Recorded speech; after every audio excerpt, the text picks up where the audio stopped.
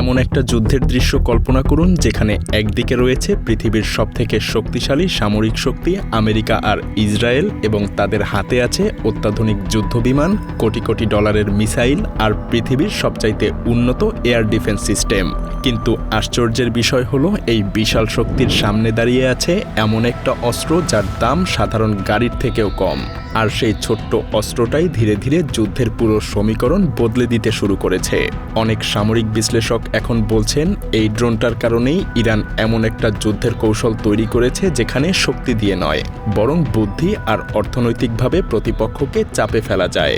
কোটি ডলারের মিসাইল দিয়ে যে ড্রোনটাকে থামাতে হয় সেই ড্রোনটার দাম যদি হয় মাত্র কয়েক হাজার ডলার, তাহলে যুদ্ধের হিসাবটা কতটা পাল্টে যেতে পারে তা সহজেই কল্পনা করা যায়। আর এই রহস্যের কেন্দ্রেই আছে ইরানের এক অদ্ভুত অস্ত্র, শাহেদ 136 কামিকাজি ড্রোন বা সুইসাইড ড্রোন। হ্যাঁ, আমরা এখন এমন একটা সময়ের মধ্যে দিয়ে যাচ্ছি যেখানে যুদ্ধ, বিশ্ব রাজনীতি আর অর্থনৈতিক সংকট অনেক মানুষের ক্যারিয়ারের ভবিষ্যৎকেই অনিশ্চিত করে তুলেছে। কিন্তু একটা জিনিস লক্ষ্য করলে দেখবেন ডিজিটাল কন্টেন্ট সেক্টরটা এখনও অনেকটাই স্থিতিশীল এবং ভবিষ্যতের জন্য একটা বড় সুযোগ তৈরি করছে। আর ঠিক এ কারণেই গত 9 বছরে শূন্য থেকে মায়াজালকে 11 মিলিয়ন সাবস্ক্রাইবারের চ্যানেলে পরিণত করার যাত্রায় আমি যা শিখেছি সেই সকল স্ট্র্যাটেজি এবং কমপ্লিট এআই ইন্টিগ্রেশন প্রক্রিয়া আমি শেয়ার করব আপনাদের কয়েকজনের সাথে। আপনি যদি ভবিষ্যতের কথা ভেবে এখন থেকেই নিজের একটা শক্ত ভিত্তি তৈরি করতে চান, তাহলে বিস্তারিত জানতে ঢু মেরে আসুন ডেসক্রিপশন বক্স এবং প্রথম কমেন্ট থেকে। তো এবার ভিডিওতে ফেরা যাক। যদিও প্রথম দেখায় এই ড্রোনটাকে খুব সাধারণ মনে হতে পারে, না কোনো বিশাল যুদ্ধবিমান, না কোনো ভয়ঙ্কর মিসাইলের মতো চেহারা, কিন্তু বাস্তবতা হলো এই ছোট্ট অস্ত্রটাই গত কয়েক বছরে আধুনিক যুদ্ধের ধারণাটাই নীরবে বদলে দিতে শুরু করেছে। কারণ এতদিন সবাই ভাবত যার অস্ত্র যত উন্নত আর যত দামি, যুদ্ধক্ষেত্রেও তার শক্তি তত বেশি। কিন্তু শাহেদ 136 যেন সেই ধারণাটাকেই উল্টে দিচ্ছে। একটু হিসেব করে দেখুন, আমেরিকার বিখ্যাত টমাহক ক্রুজ মিসাইলের দাম কয়েক মিলিয়ন ডলার, রাশিয়ার KH-101 ক্রুজ মিসাইলের দামও মিলিয়ন ডলারের কাছাকাছি, আবার ইরানের নিজস্ব ফাতেহ 101 ব্যালিস্টিক মিসাইলের দামও লাখ লাখ ডলার পর্যন্ত হতে পারে। কিন্তু এই সব কিছুর মাঝখানেই হাজির হয় এমন একটা অস্ত্র যার দাম মাত্র কয়েক হাজার ডলার, অনেক সময় একটা সাধারণ পুরনো গাড়ির থেকেও কম দাম। আর সেই অস্ত্রটাই হলো শাহেদ 136 ড্রোন। আর এখান থেকেই শুরু হয় এই ড্রোনটার শক্তির আসল রহস্য। এই ড্রোনটাকে অনেক সময় কামিকাজি ড্রোন বা সুইসাইড ড্রোন বলে ডাকা হয়। সামরিক ভাষায় একে লেইটারিং মিউনিশনও বলা হয়, কারণ এটা সাধারণ মিসাইলের মতো সরাসরি গিয়ে আঘাত করে না, বরং অনেক সময় ধরে আকাশে ঘুরতে থাকে আর লক্ষ্যবস্তু খুঁজতে থাকে, যেন শিকার খুঁজে বেড়ানো কোনো শিকারি পাখি। কিছু টার্গেট এমন থাকে যেগুলো সবসময় দেখা যায় না, কিছু সময়ের জন্য সামনে আসে, আবার কয়েক সেকেন্ডের মধ্যেই অদৃশ্য হয়ে যায়। তাই এই ড্রোনটা অনেক সময় ধরে লক্ষ্যবস্তুর উপরে আকাশে ঘুরতে থাকে আর অপেক্ষা করে সঠিক মুহূর্তের জন্য। আর যখন সেই মুহূর্তটা আসে তখন এটা হঠাৎ করেই নিচের দিকে ঝাঁপিয়ে পড়ে, বিস্ফোরণের সাথে সাথে টার্গেটটাকে ধ্বংস করে দেয় আর নিজেও শেষ হয়ে যায়। এই ড্রোনটার আরেকটা অদ্ভুত বৈশিষ্ট্য হলো এর শব্দ।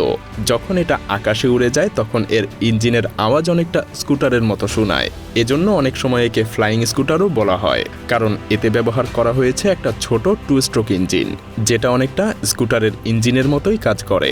আর সেই অদ্ভুত শব্দটাই অনেক সময় মানুষের মনে ভয় তৈরি করে, কারণ যখন কেউ আকাশে এই শব্দটা শুনতে পায় তখন সে বুঝতে পারে যে কিছু একটা আসছে। এই ড্রোনটার দৈর্ঘ্য প্রায় 3.5 মিটার আর ডানার বিস্তার প্রায় 3 মিটার। পুরো ড্রোনটার ওজন মাত্র 220 কেজি। সামনে থাকে একটা বিস্ফোরক ওয়্যারহেড যার ওজন 30 থেকে 50 কেজি পর্যন্ত হতে পারে, আর পেছনের দিকে থাকে একটা প্রোপেলার যেটা ঘুরে ঘুরে ড্রোনটাকে সামনের দিকে এগিয়ে নিয়ে যায়। সেই সাথে ড্রোনটাতে ব্যবহার করা হয় একটা সাধারণ 2 স্ট্রোক গ্যাসোলিন ইঞ্জিন। এটা প্রায় 50 হর্স পাওয়ার পর্যন্ত শক্তি তৈরি করতে পারে, আর ড্রোনটাকে প্রায় 200 কিলোমিটার প্রতি ঘন্টা গতিতে উড়তে সাহায্য করে। এতে আলাদা করে কোনো কুলিং সিস্টেম লাগানো নেই। ড্রোনটা যখন দ্রুত উড়ে যায় তখন বাতাসই এর ইঞ্জিনকে ঠান্ডা করে দেয়। ড্রোনটাকে স্থিরভাবে উড়তে সাহায্য করার জন্য এর পেছনে থাকে একটা নিয়ন্ত্রণকারী পাখা।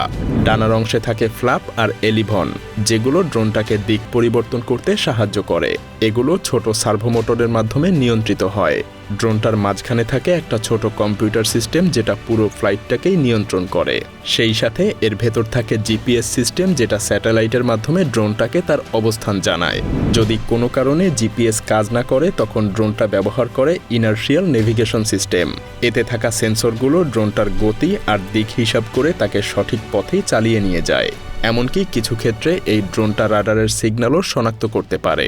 যদি কোনো এয়ার ডিফেন্স সিস্টেমের রাডার সিগন্যাল পাওয়া যায় তাহলে ড্রোনটা সেই দিকে নিজেই আক্রমণ করতে পারে, কারণ কোনো প্রতিরক্ষা ব্যবস্থার রাডার ধ্বংস হয়ে গেলে সেই পুরো সিস্টেমটাই অনেকটা অন্ধ হয়ে যায়। এই ড্রোনটা আকাশে ওঠে বিশেষ লঞ্চার ট্রাকের মাধ্যমে। ট্রাকের উপরে একটা লঞ্চ রেল থাকে যেখানে ড্রোনটাকে একটা কোণে বসানো হয়। তারপর এর নিচে লাগানো ছোট রকেট বুস্টার চালু করা হয়। সেই বুস্টারটাই ড্রোনটাকে দ্রুত আকাশে তুলে দেয়। এরপর ড্রোনটার আসল ইঞ্জিন চালু হয়ে গেলে বুস্টারটা নিজে থেকেই আলাদা হয়ে যায়। এই ড্রোনটার রেঞ্জ প্রায় 2000 কিলোমিটার পর্যন্ত।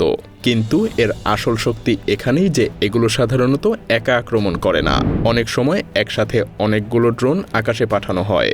কখনো কখনো শতাধিক ড্রোনও একসাথে উঠতে পারে। আর তারা সবাই কিন্তু এক জায়গায় আঘাত করে না, বরং তারা আলাদা আলাদা টার্গেট বেছে নেয়। এই ড্রোনগুলো সাধারণত খুব বেশি উচ্চতায় ওড়ে না, বরং মাটির কাছাকাছি দিয়েই উড়ে যায়। এজন্য অনেক সময় এগুলো রাডারে ধরা পড়তে বেশ দেরি হয়। আর যখন ধরা পড়ে তখন হয়তো ইতিমধ্যেই অনেক দেরি হয়ে গিয়েছে। অবশ্য প্রযুক্তিগতভাবে এগুলোকে ধ্বংস করা সম্ভব, কিন্তু এখানেই আসে সবচাইতে বড় সমস্যা, খরচ। কারণ একটা ড্রোনের দাম যেখানে মাত্র কয়েক হাজার ডলার, আর সেটাকে ধ্বংস করতে অনেক সময় ব্যবহার করা হয় এমন একটা মিসাইল যার দাম কয়েক লাখ বা কয়েক মিলিয়ন ডলার। উদাহরণ হিসেবে ইসরায়েলের আয়রন ডোম সিস্টেমে ব্যবহৃত তামির মিসাইলের দাম এই ড্রোনটার তুলনায় অনেক বেশি। আবার আমেরিকার প্যাট্রিয়ট মিসাইল ব্যবহার করলে সেই খরচ আরও কয়েক গুণ বেড়ে যায়। অর্থাৎ সহজভাবে বললে একটা সস্তা ড্রোন ধ্বংস করতে অনেক সময় এমন একটা অস্ত্র ব্যবহার করতে হয় যার দাম সেই ড্রোনটার তুলনায় কয়েক গুণ বেশি। আর যখন একসাথে শত শত ড্রোন আক্রমণ করে তখন প্রতিরক্ষা ব্যবস্থাও একসময় চাপে পড়ে যায়। এ কারণেই অনেক সামরিক বিশেষজ্ঞ মনে করেন শাহেদ 136 শুধু একটা ড্রোন না, বরং আধুনিক যুদ্ধের এক নতুন বাস্তবতার প্রতীক। এমন এক বাস্তবতা যেখানে কোটি কোটি ডলারের অস্ত্রের বিরুদ্ধে লড়াই করছে মাত্র কয়েক হাজার ডলারের একটা ছোট্ট ড্রোন। অনেকেই হয়তো ইতিমধ্যেই শুনেছেন ইসরায়েল আর আমেরিকার ইন্টারসেপ্টর মিসাইলের মজুদও ফুরিয়ে আসছে। কারণ যেখানে ইরান এই ধরনের ড্রোন দ্রুত আর সংখ্যায় অনেক তৈরি করতে পারে, সেখানে উন্নত ইন্টারসেপ্টর মিসাইল বানানো অনেক বেশি সময় সাপেক্ষ এবং ব্যয়বহুল। তাই শেষ পর্যন্ত এই লড়াই কোন দিকে যাবে আর সামনে কি অপেক্ষা করছে তা এখন অনেকটাই অনুমান করা যাচ্ছে।